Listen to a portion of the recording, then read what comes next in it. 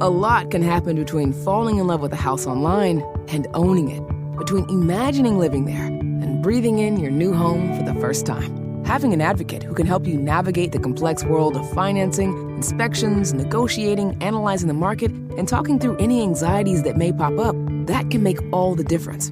That's what the expertise of a Realtor can do for you. Realtors are members of the National Association of Realtors and bound by a code of ethics, because that's who we are. Hey, it's Mark Goodman. And I'm Alan Light. On today's podcast, Record Store Day founder Carrie Colleton is joining us to discuss the April 20th RSD special releases. Plus, we'll talk live with our audience, the Sound Up Pod Squad, and find out who still listens to vinyl. And some updates from the Beatles universe. Oh, good. Sound Up with Mark Goodman and Alan Light, the only music podcast that matters. Get it on Pandora, Spotify, Apple Podcasts, or wherever you get your podcasts. Hey, is this Jaylon? Yeah, what's going on? Hey, man, thank you. We good to hear from you. I appreciate you doing this. And Ed Werder is now standing by. Say hello to Jaylon, Ed. Hello, Jaylon Smith. How are you? This is a huge get for Matt Mosley. It's really the first thing he's accomplished for the podcast. I've brought all the other esteemed guests on, but he's done this, and I'm quite impressed.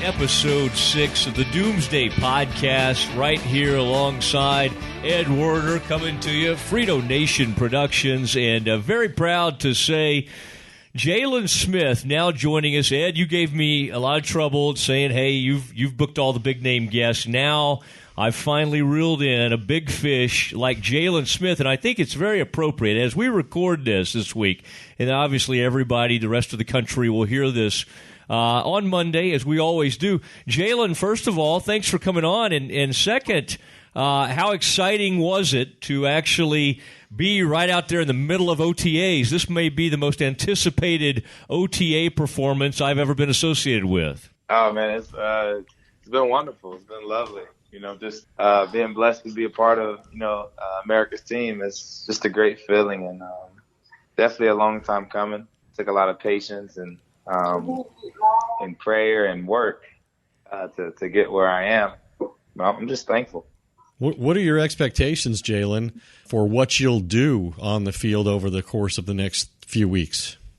I mean, honestly, it's just taking it day by day, man. It's following protocol, from everything that Jerry said, and, from the top to the bottom, we're all on the same page. We're being smart about the situation. And we're rolling. We're rolling. I'm really just looking forward to continue to dive into the system and get acclimated, with my teammates. Physically, could you give us a sense of what improvement you've experienced in these past few months that has allowed you to now expect to be a part of things this season with the Cowboys?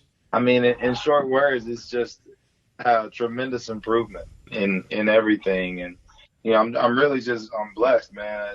I've been working so hard, and putting trust into the training staff, the strength and conditioning coaches, like everyone has played a part in my return.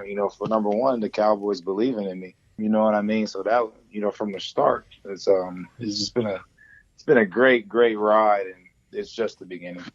Does it ever almost amuse you to hear from these medical experts or doctors that have never seen really any of your charts or obviously didn't perform the surgery, weigh in and tell everybody what your future is going to be? Haven't laid hands on them, like Jerry likes to say. Haven't laid hands on them, like Jaylon. I mean, I can only control what I can control. You know what I mean? The media and, information that, that's, been out about me or experts and all of that good stuff. Like I can't control that. You know what I mean? I'm focused on I'm focused on my growth. I'm focused on becoming a better man and figuring out ways how I can get back and contribute to this great team that we have, and that's all I've done, man. God has been great.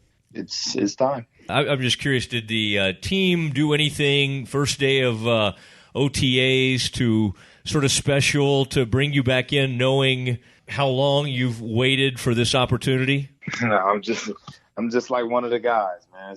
It's a team. It's a team chemistry, growth, and I've been doing everything with the team, and it's been lovely.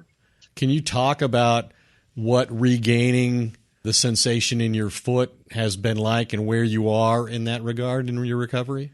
And it's been a great process just to see the improvement. It's a process, and for me, you gotta trust the season you're in. And everyone goes through different seasons in their life, and a lot of times we operate out of our season.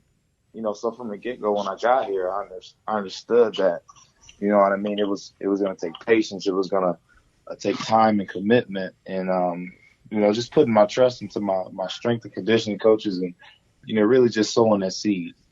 Are you able to move around normally and run without a brace yet, or are you still experiencing some of the drop foot problems that you've had during the course of this injury?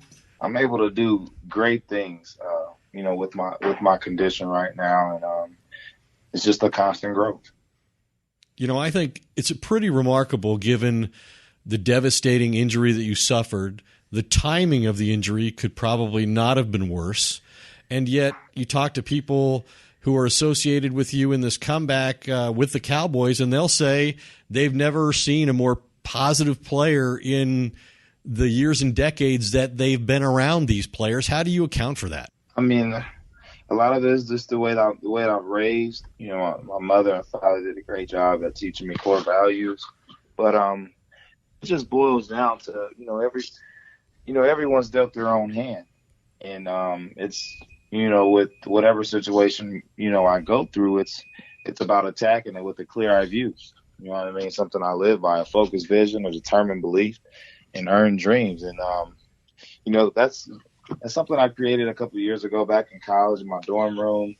Shout out to Notre Dame, Stanford Hall.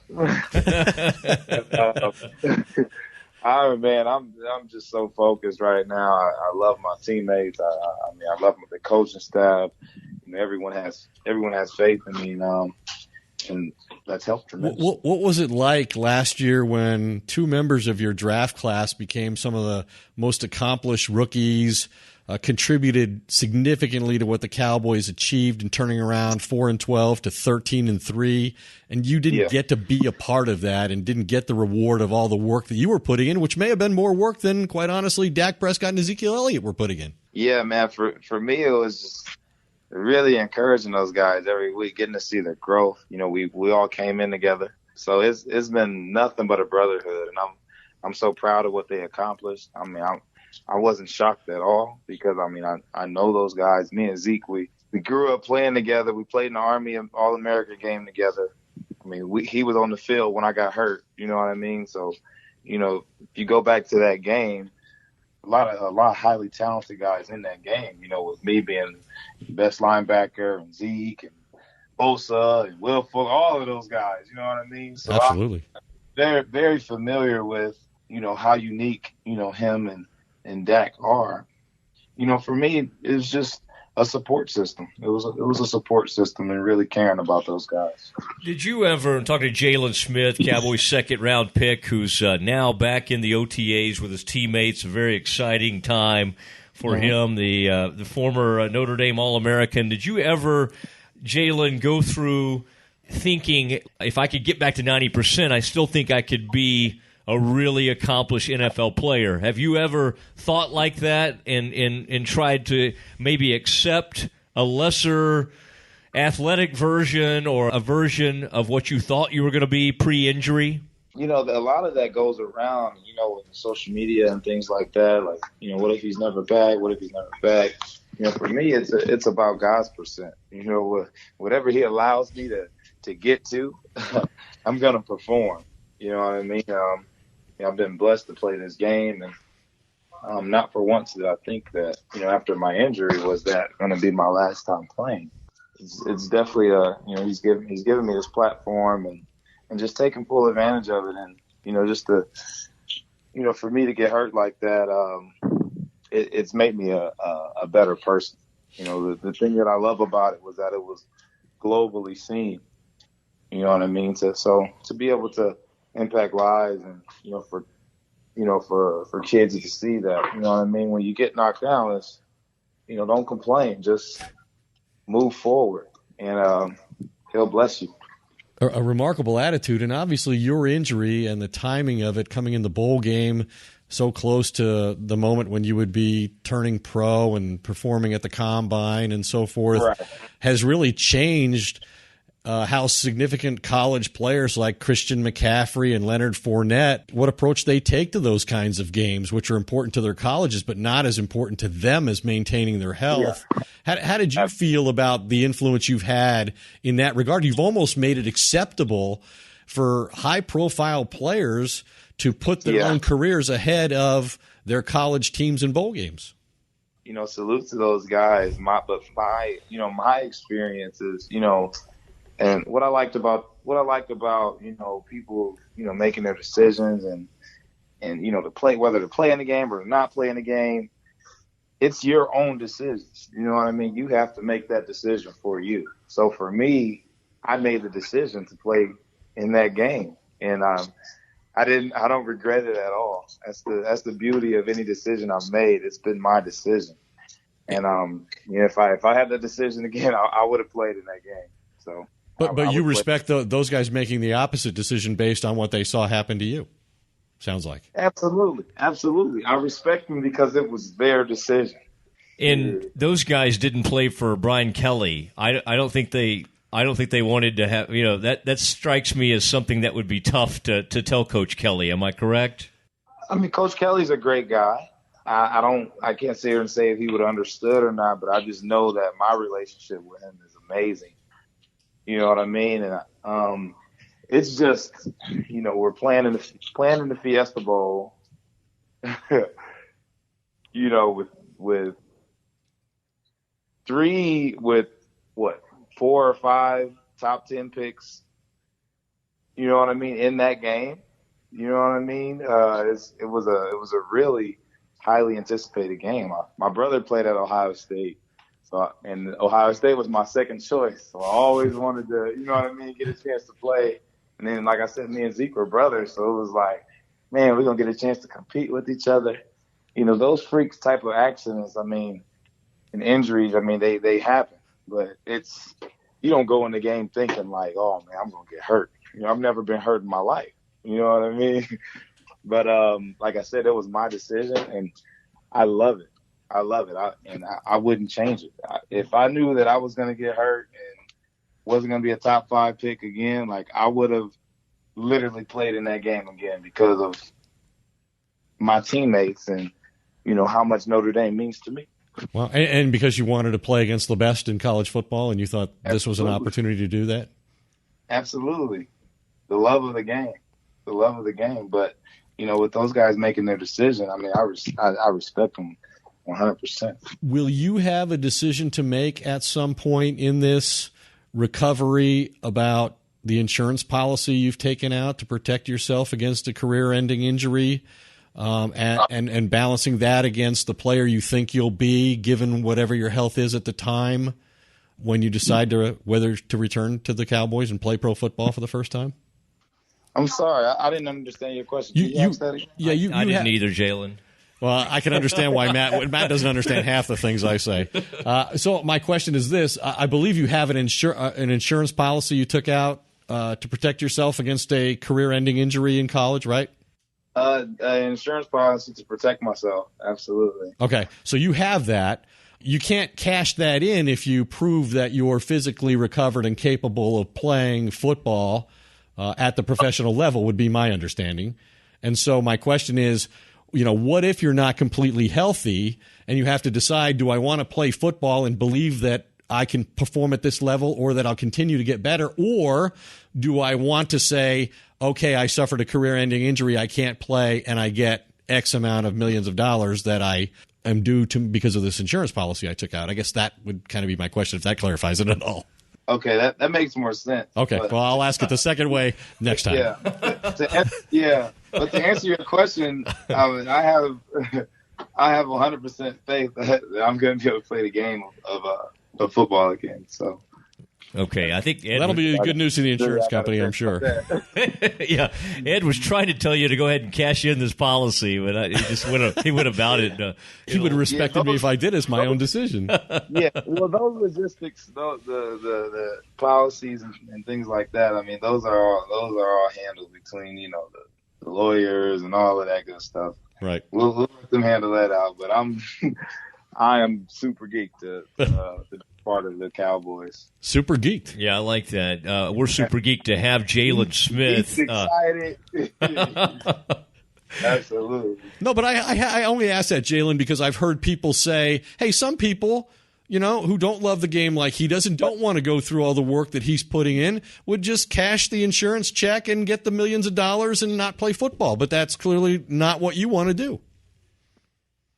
Well, I want to get into the contract talks of, the insurance policy, but it doesn't work how you're kind of explaining it. But like, for me, I love the game of football, and that's what I want to play. Someday, remind me, Jaylon, we meet in person. There's a PGA golfer who did take the insurance policy, and he just disappeared. Nobody's ever seen him again. And we don't he's just on an island somewhere. So I'll tell you that story, but obviously you're going to go a different way. Now, it sounds like from listening to you, and I've read about you a lot in the past, you are a spiritual man. Did you ever have anybody, and I'm halfway serious about this because I grew up in a very spiritual family as well. Did you ever have anybody like offer, hey, I'm going to lay hands on you, or try to almost like a faith healing type situation?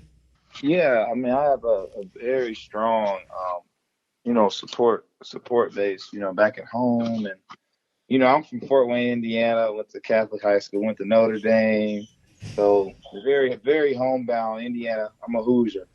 A lot of people think we don't play football out there, but we do. But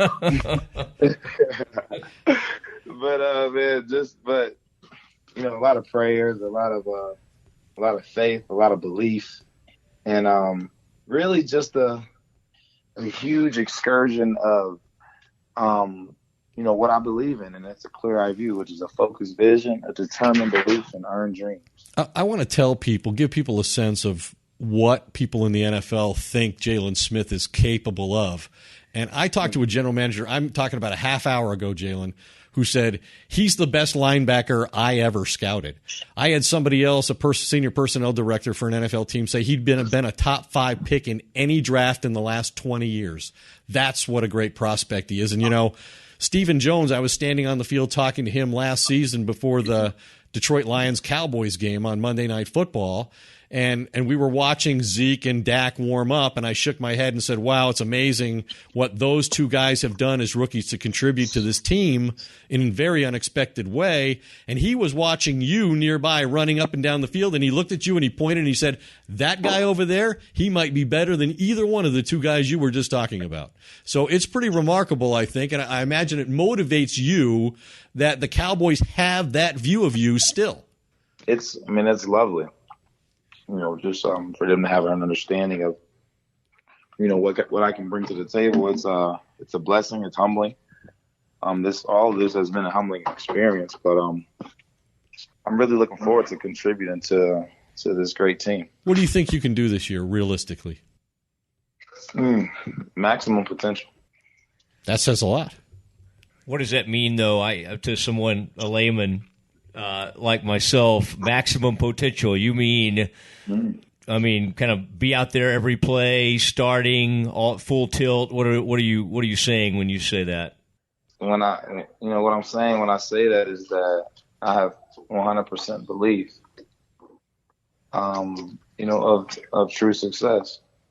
I believe in my team and my coaching staff and my strength and conditioning coaches, and we're gonna do everything possible to get me ready. And then whenever Britt Brown says that I can play, then I'll play.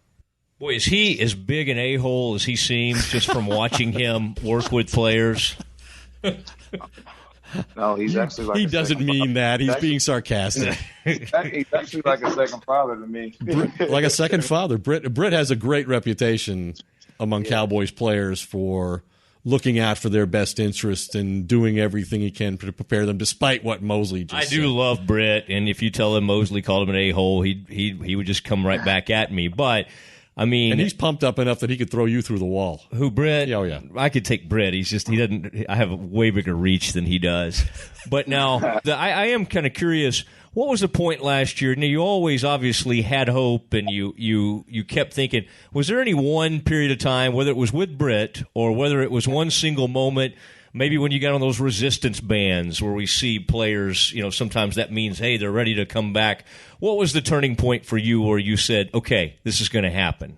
There were multiple points. I can't really pinpoint any specific date or anything like that or time, but we've been working at this for a while. A lot of it behind closed doors. But man, it's just a blessing to be here, to be a part of America's team. And, everything that the team's doing is attacking just each and every day, doing what you're supposed to be doing. And, for me, I'm just, I'm humble. Jaylon, if you have to play with the AFO brace because of the drop foot, do you think it's possible to play the linebacker position, inside linebacker position, effectively with that with your level of skill? What I can answer to that is that I'm not worried about a brace or a nerve or anything like that. And I'm focused on scheme and discipline, consistency, because that's the mark of greatness. Are there any players who have had nerve injuries that you've talked to who have helped you to prepare for what's next and what the challenges are you face in this whole process? No, I haven't talked to any players with with any serious type of injury like that. But I've relied on faith. I mean, there's been a lot of guys on the team that have been through a lot of injuries. You know what I mean? And hearing their approach and challenges that they faced, down moments, when they, how they bounce back, what do they do, you know what I mean? And after that, it's just bringing it to my own arsenal. And it helps when you have guys who believe in you. People at the Star now say that you've never had a bad day out there. Like, you don't come in with a bad attitude, and you're not concerned about, what's happened in the past. And that's kind of the attitude we've gotten from you here. But is that true? Have you never had a bad day in all of this? My worst day was the moment that it happened. That was my worst day, the moment that it happened. Because, for one, I knew that it wasn't just a tweak, it was a significant injury. Right. The initial thought is why? Why now? Why right now? You know what I mean? Mm-hmm. Last game, top 5 pick, all of that good stuff. And then, as you see me, going out, riding out on the cart, I'm like, okay, fix my face. It's going to be good. This is a plan. This is God's plan. And, from there on, it's just about, God having my back. And, this has literally been the best thing that's ever happened to me. It's made me a better man. How so? You said that twice. So how has it made you a better person?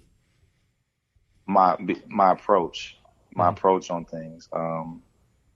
True adversity. It's allowed me to see things from a different perspective. This is allowing me to really appreciate the game more. My biggest fear was getting hurt. And now that that's happened, I don't fear anything. I'm good. I have a 100% faith in God. Just from a relationship standpoint, you know what I mean? Becoming a better listener, and you know what I mean? It's multiple aspects. I'm so thankful, that He's put me in a position to where I can impact lives. Like I said, because it was, broadcasted. one of my lowest moments in my life. Yeah, it's been right out there for everybody to see. For folks that don't know, and we're talking to Jaylon Smith, Cowboys' former second-round pick, and we're going to now start seeing him on the field, one of the great linebackers to ever come out of Notre Dame. Some of those folks that you referred to that have sort of been in your camp, I'm fascinated with some of these guys. You obviously, the late Eugene Parker, you had involvement with him, and he... that was sadly too brief. And Ed, someone who covered him and covered players he represented for years, and so knows about him and his involvement with the Cowboys. But Roosevelt Barnes' name comes up. Yeah. The guy that a lot of the country found out when Caleb Swanigan, the kid out of Purdue, who was such a great player for Purdue, that Roosevelt Barnes basically stepped in and raised Caleb Swanigan from the time he was 13 years old. What of those kinds of folks, the impact they've made on your life? Well, funny thing, a lot of people don't know, but I'm actually related to Eugene Parker and his family. Eugene's aunt is my grandmother. So from the beginning, I knew who my agent was going to be. Obviously, legally, you got to go about things the right way. But, when I entered the draft, it was a smooth process. And then, learning about his illness, his sickness, and, what was potentially going to happen, it was grieving, but just to see how he went about the whole process, he's just one of the greatest men I've ever met in my life. From Roosevelt Barnes being my agent now, Fort Wayne, Indiana, everybody knows everybody. You know what I mean? So I met Caleb when he first became his guardian and things like that, and to see where he's come, that's like my little brother. I'm rooting for him. I'm a huge Indiana basketball fan. Huge Indiana. I'm talking about Notre Dame, Indiana, Purdue Boilermakers. I grew up playing AAU basketball, so it was just a great feeling to see him, stay in Indiana for college, and this journey on making it to the NBA. I'm so proud of him. From everything he's accomplished, but it's definitely a close knit. Those guys have been tremendous in my life, and for me, wearing number 54, outside of the great Chuck Howley and Randy White, being able to wear that number proud. Roosevelt Barnes, he wore number 54 when he was in the NFL, so it's definitely a great thing. This is the Doomsday Podcast. We know all about the great defenders and Cowboys history, Jaylon. You're in the right place when you speak reverently about these great former defensive players for the Dallas Cowboys. And hopefully, one day soon, you'll be considered in that very same group. Did you see that picture of him and Randy White, the Manster? It was Randy still, is built. I see Randy's at a lot of the games. I see him all the time. Yeah. Had you heard a lot about him over the years, obviously, as a Hall of Famer? What was that like getting to meet him? Yeah, it was a blessing. It was a blessing to be able to meet him. I didn't know he was going to be at the event, but as soon as I seen him, it was a no-brainer that I had to get a picture with him and shake his hand. We chopped it up for a little bit. He's just he's a great class act. I'm sorry, I interrupted there. I apologize. Yeah, we can cut that out later. Yeah, but I can't. I'm apologizing to Jaylon, not to because I interrupted his thought. You're good. You're good. I look up to those guys. Randy White, Chuck Howley. I Google those guys all the time. Wow, that's impressive. What's it like to be in your situation with Jerry? Jerry's invested a lot. He's had to explain a lot, rationalize why he did this when many people think drafting you in the second round was a mistake. What's he like with you? Is he encouraging you all the time, or what's his behavior and interaction like with you? Is he rubbing your leg? Jerry's not a faith healer. Man, That's Dion. Oh, Jerry, man, he's a great guy, man. You can tell he cares. He cares about about his players. I mean, other than that, it's just extreme excitement, and for me to be able to compete again. I just wanted to tell you, by the way, your kid brother, basically Caleb Swanigan, he's working out, I think, with the Knicks. Tell him to go back to college. Tell him not to go do anything to not be in that organization. Okay. Man, he doesn't care where he plays. He just wants his dreams to come true. Man. Yeah. Well, that's like you, right? You share that. Absolutely. America's team, man. It's great feeling. Boy, by the way, are you having been in Indiana and coming up in that hoops culture? Do you still think you have some game? I know you're focused on football right now. I mean, Rico Gathers, I watched him at Baylor. He was a great college player. Now, Dez talks a big game, and I'm sure he's pretty good as well. Do you still think maybe you're maybe one of the best ballers in the locker room there? Oh, man, I know I got it in me. I got the hoop life in me, man.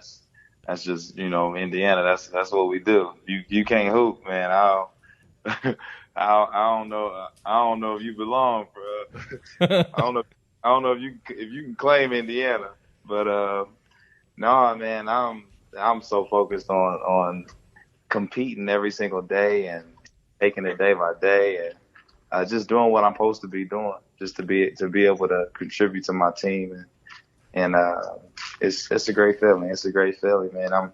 I'm happy that the first day out there, I see my brother. My brother plays for the Cowboys too. We know him well. Was running back. Yeah.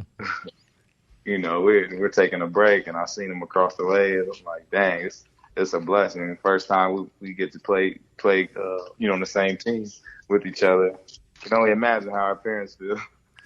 Oh yeah, it is remarkable to watch the whole thing take place. Jaylon, what a remarkable attitude, Jaylon Smith. I think we're hearing that really for the first time. So we've heard people say that. I wish Ed had that attitude, quite honestly. Well, maybe if I was working with better people like he is, I would have that attitude. No, if I was on a better team, Jaylon, I would have the same attitude you have. I would endure anything to perform. Yeah. But instead, I have this, and I just show up when I can. Well, I can tell you guys are making it happen. And I'm blessed to be on this podcast with y'all right now, man. It's an honor.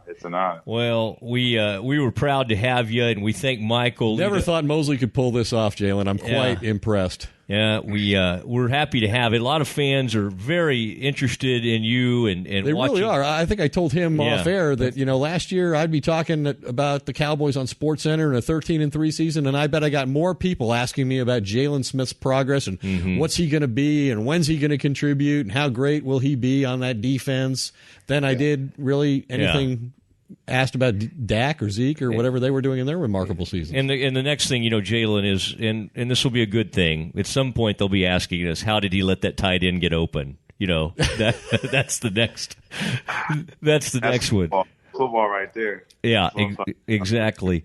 Well, listen, we appreciate it, and we've enjoyed kind of watching your whole. I mean, I watched you like crazy in college, and hated what happened to you, but you've handled it with so much grace. And to say that it was one of the best things that ever happened to him is a remarkable statement. All this time later, I think he was talking about being on this podcast when he said that. I was confused. Yeah.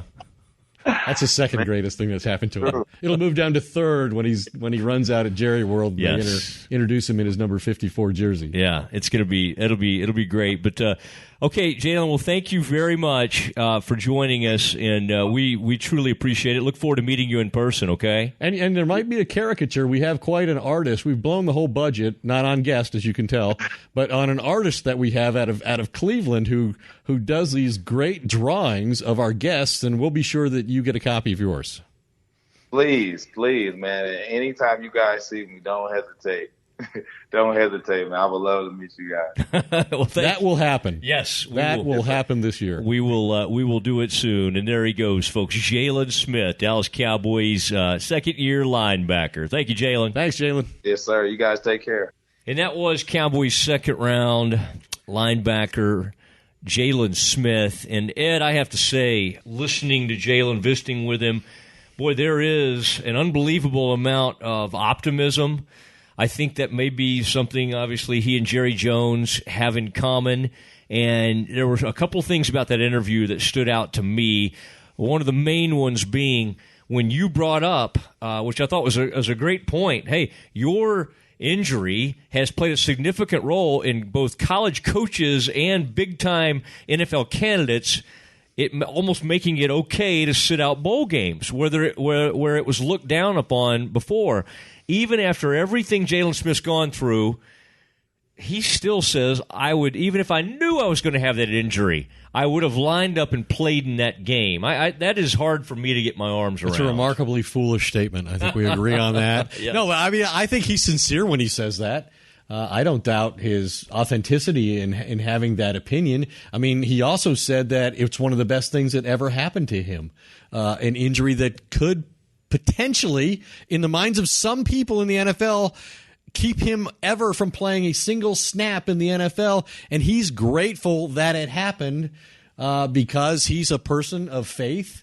He likes the fact that he's created this opportunity for people to see what happened to him and for individual players like Christian McCaffrey, as we mentioned, Leonard Fournette, high draft picks both, to make their own decisions with a clear conscience about whether they should or shouldn't play in a bowl game, given the impact that can have on their individual careers. He is a different guy. You really see why people are captivated by the personality they see over at the Star. The guy working out diligently every day with no fanfare, with no reward of being, performing in a game and being cheered by hundreds of thousands of fans. He just does this in total anonymity. One of the top 5 linebackers, in the last 20 years, potentially, if he had stayed healthy, hasn't played a snap, and yet people are more intrigued by him in many regards than they are the guys who are on the field and making plays in a 13-3 season.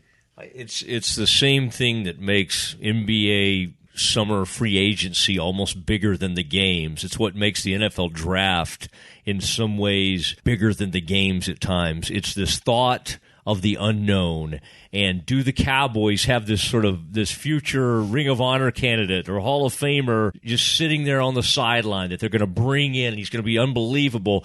And I get what feeds it. It's that unknown. But with him, it's a special case. And I thought you brought some good things to the table in terms of these this general manager you quoted saying something along the lines, or you paraphrased him saying, this was truly the best linebacker? Best linebacker he's ever scouted. Yeah. And a senior personnel director saying that he's a top 5 player in any draft in the last 20 years if he doesn't suffer that catastrophic knee injury. And I still think, based on the conversations that I've had, that most people do not have the optimism that Jaylon and Jerry Jones seem to share, that he's still going to eventually be, in a short space of time, an elite player in the NFL. Some people still don't think he's ever going to play, and I would say the larger percentage of the population in league front offices and among coaches believe that he may play at some point, but it's going to be in some compromised state. He's never going to be the player that he once seemed destined to be before suffering this injury. That he might be a very good player. He could even be an average or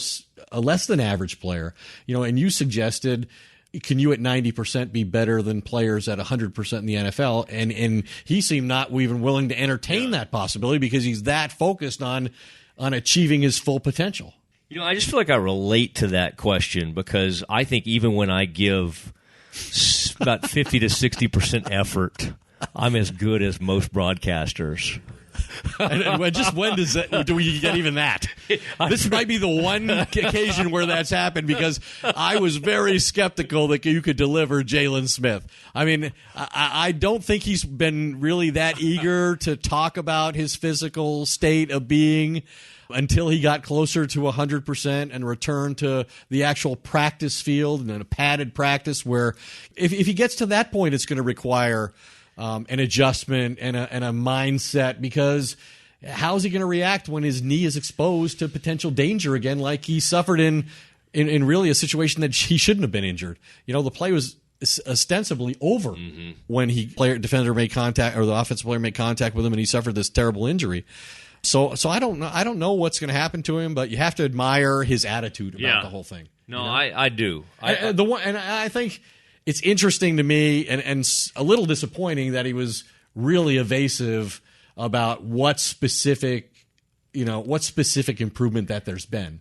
What is he feeling in the nerve that's different than it was before? We've heard people say, well, he's got sensation in 3 or 4 of his toes now that he didn't have, and some doctors like Dr. Chow, former Chargers physician, who is really skeptical about Jaylon Smith's future in the NFL, expressed that was really not a significant development because it doesn't mean he's going to have control over his foot just because he can move his toes. So a little surprised and disappointed we weren't able to get more specific injury information from Jaylon on that. I think he's probably been told not to shed any light on it and just said, let Jerry handle this. That's never a good idea for a player, in my experience, to let Dr. Jerry handle the media on such things. Boy, I like, too, that that Jaylon, I mean, do you realize now, and it's crazy because, I mean, now I wasn't really old enough to have watched him play, but I've gotten to know him, thank goodness, over the years, and I'm talking about Chuck Howley. It's been 40 years or 45 years since Chuck Howley was playing for the Cowboys, and I love that when some of these young players go, Chuck Howley, then talking about obviously number 54 that he shares with him. And then he said the Manster, Randy White. I mean, this is awesome. And he didn't say Bruce Carter, but he said he has a sense of history. Yes. That is impressive. And Dak did the same thing. He was aware when you asked him, challenged him on the Doomsday. Where does that come from? What's the origin of our podcast nickname? He well knew that it was part of the Cowboys lore. Yeah. So that's impressive. They must get those right on the Wonderlic scores at the Combine. That's encouraging. What really impressed me the most was Dak signing 37 footballs while talking to us. And like, seemingly his body language to me suggested not engaged, but his answers. You ever do those interviews and you go back or you're looking at a transcript and go, "Oh, he said that stuff." Was good. Yeah, I didn't hear Because that. the whole time, all I could see was that there were like 17 people around us. Boy, Jaylon though, just sitting at the house, I could even tell what he was doing there. He was he muted the game. I guarantee he was watching Boston and Cleveland in Game 4 of their series. When you hear this, that series will be over. By the way, our podcast. Why would you do such a thing? What's that? Why would you date our podcast? It's dated. It's okay. People will be fine with it. And Ed, this is the time. We got to wrap it up. You got to take another trip to Colorado. That's like become a weekly thing. But hey, next time, remind me. I want to hear about your time. You went to a golf tournament, a very, very cool thing. It's Tom Coughlin's charity, the J Fund. I want you to kind of just do a report on that, on your time there, what that was like, and whether you got any FaceTime with Tom Coughlin. And I'll say yes when you ask me that question, and I'll give you the detail later. I'm curious to see who you'll deliver as your next guest after accomplishing this Jaylon Smith feat, which is one of epic proportions, because people don't know that you just cannot be counted upon in any way whatsoever, much less when you vow to go get a player who's sort of in hiding.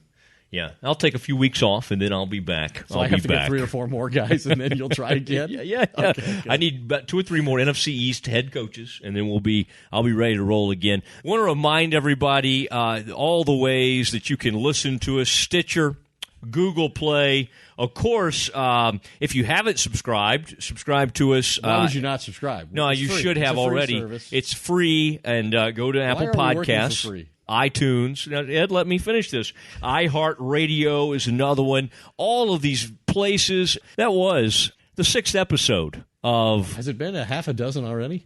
That was the 5th episode of the Doomsday Podcast, whichever one works. Frito Nation Productions. Great to be here. Great to be with our old buddy Mark Frito Friedman. Good night from North Dallas. 5th, 6th, whatever. Good night from North Dallas.